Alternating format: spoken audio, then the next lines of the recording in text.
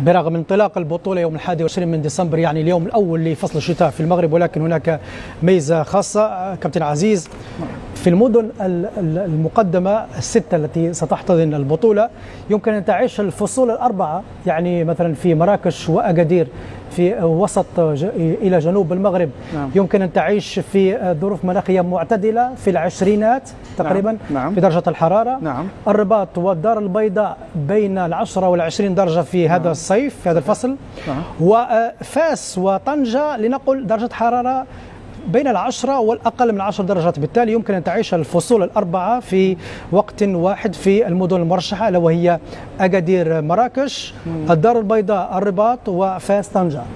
يعني في وقت إجراء كأس أفريقيا، الجماهير التي سوف تحج لمواكبة هذا العرس الرياضي الكبير ممكن أن يسبحون في أكادير، ممكن أن يذهبون إلى الجبال لمراكش للثلج، للتزحلق على الثلج.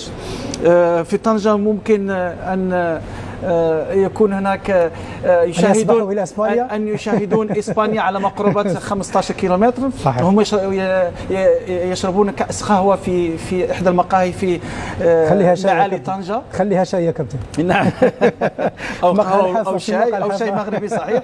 فاس، تعرف أن فاس أيضا تقع في منطقة جبلية فيها سهل سايس، منطقة خصبة. نعم، فيها جبال، وفاس هي العاصمة الروحية والعلمية، رائعة جدا. لذلك فصحيح أن هناك تنوع في الطقس، تنوع أيضا في المناظر التي سوف يستمتع بها السياح والجماهير أيضا، لأن صحيح أن هناك عرس رياضي وكرة قدم، لكن الجمهور له مطالب كبيرة جدا. وشفنا في كأس العالم هنا في قطر كيف كانت هناك تجهيز رائع جدا للعديد من المنشآت السياحية والمعالم التاريخية اللي ممكن أن السائح أنه أيضا يستمتع بها في أوقاته في انتظار مشاهدة المباريات. بالنسبة للمباريات وبالنسبة للملاعب، الملاعب جاهزة، لكن الملاعب يتم تحديثها طبق دفتر التحملات الكاف والفيفا أيضا، لأن المنتخب أو المغرب تنتظر أيضا كأس العالم ثلاثية مشتركة مع إسبانيا والبرتغال. لذلك سوف يضرب بحجرة واحدة عصفورين، لأنه تجهيز لكأس أفريقيا، لكن تجهيز أيضا والتحديث لكأس العالم القادمة إن شاء الله. لذلك ليس هناك أي شك أن المنتخب المغربي أو أن المغرب لديه الإمكانيات للنجاح في هذه المهمة، لأنه النجاح في عدة مهمات وتظاهرات، وأظن بأن هناك أيضا شغف كبير من جميع المنتخبات للحضور. لذلك فهناك أيضا استعداد للجماهير وتحمسهم للمجيء إلى المغرب لمشاهدة المباريات، ولكن أيضا لكي يستمتعون بجو المغرب وبجمالية المملكة المغربية. كنا نتابع ملتقى البحرين في مدينة طنجة بين المحيط الأطلسي والبحر الأبيض المتوسط. هذه مدينة طنجة وشوارعها الجميلة هناك في شمال المغرب. محطة القطار الرئيسية التي تم تجديدها والتي بدأ يصلها القطار فائق السرعة تفوق سرعته 300 أو 320 كيلومترا بالساعة. هذه الشوارع عروس الشمال كما تسمى في المغرب مدينة طنجة، التي ستنضم إلى فاس والرباط. هذه المنطقة تسمى سور المعجيز أو المعجازين في طنجة، وهي على مرمى مدفع كما يقولون هناك، أو مرمى حجر لنقل من إسبانيا، حوالي 14 كيلومترا. هذا الفنار الشهير في مدينة طنجة. هذه المناظر الجميلة جدا في المدينة التي تقع في أقصى شمال المغرب. إذن كما قلت مشاهدينا، طنجة، فاس، الرباط، الدار البيضاء، أكادير، مراكش، مع ملاحظة أساسية أنه ملعب الرباط يتم بناؤه من الأول، يعني تم إعادة بناؤه لحد الآن. بلغت الأشغال حوالي 60% تقريبا في امتداد 8 أشهر فقط رقم قياسي كبير جدا. الوصول إلى 60% من الأشغال. من المنتظر تسليم الملعب شهر مارس 2025. هناك أيضا ملعب طنجة الذي تم رفع طاقته إلى 80 ألف مقعد بعدما كان في حدود 65 ألف مقعد، وأيضا ملعب مراكش وأيضا أكادير وكذلك فاس. كابتن نبوي، هذا المنتخب المغربي الآن يستضيف هذه المنتخبات، الكل سيشارك في هذا الكان الخاص جدا في المغرب النسخة 35.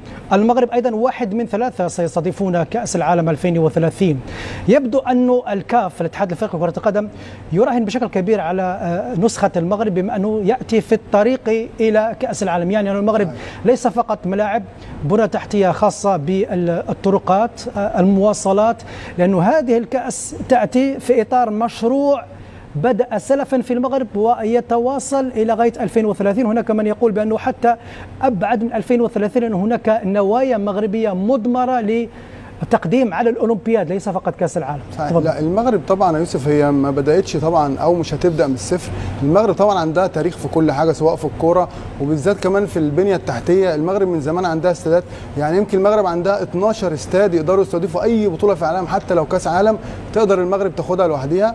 فالمغرب الصراحة وفي الفترة الأخيرة كمان يا يوسف شفنا تطوير غير عادي من المغرب، سواء كدولة سياسيا بالنسبة للرياضة. 5 سنين اللي فاتوا المغرب طبعا عملوا شغل غير عادي، شغل مميز، شغل رائع. شفنا منتخب المغرب والشكل اللي ظهر بيه في كأس العالم 2022 في قطر، كأس عالم مميز لمنتخب المغرب.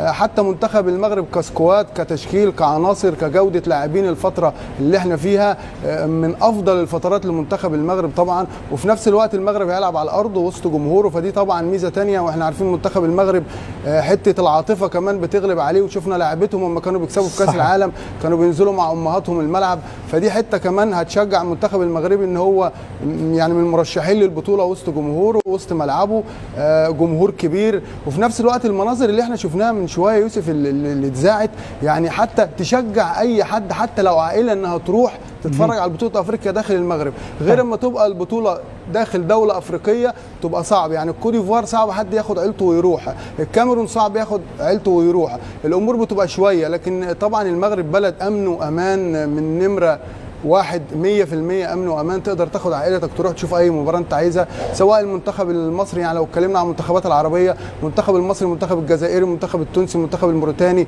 يعني جميع المنتخبات العربيه تقدر تروح حتى مش لوحدك، تاخد عائلتك وتروح.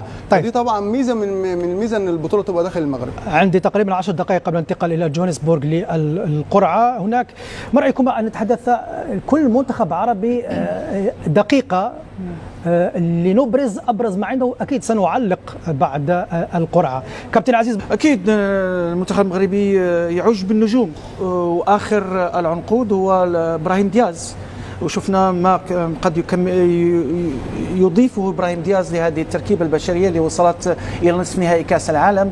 وصحيح كان مطلوب تجديد الدماء لتجديد الطموح، لذلك هناك بن صغير، هناك اللاعب ابراهيم دياز اللي كيقدموا اداء، هناك عوده ايوب الكعبي اللي بدا ايضا يسجل اهداف، النجاعه الهجوميه، هناك بعض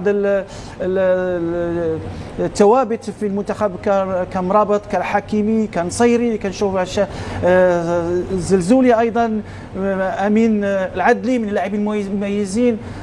هناك العديد، أناحي أيضا العديد من اللاعبين اللي مميزين، اللي صغار السن وعندهم الكثير ما ممكن يعطوه حتى في هذه المسابقة الآتية وتصفيات أيضا.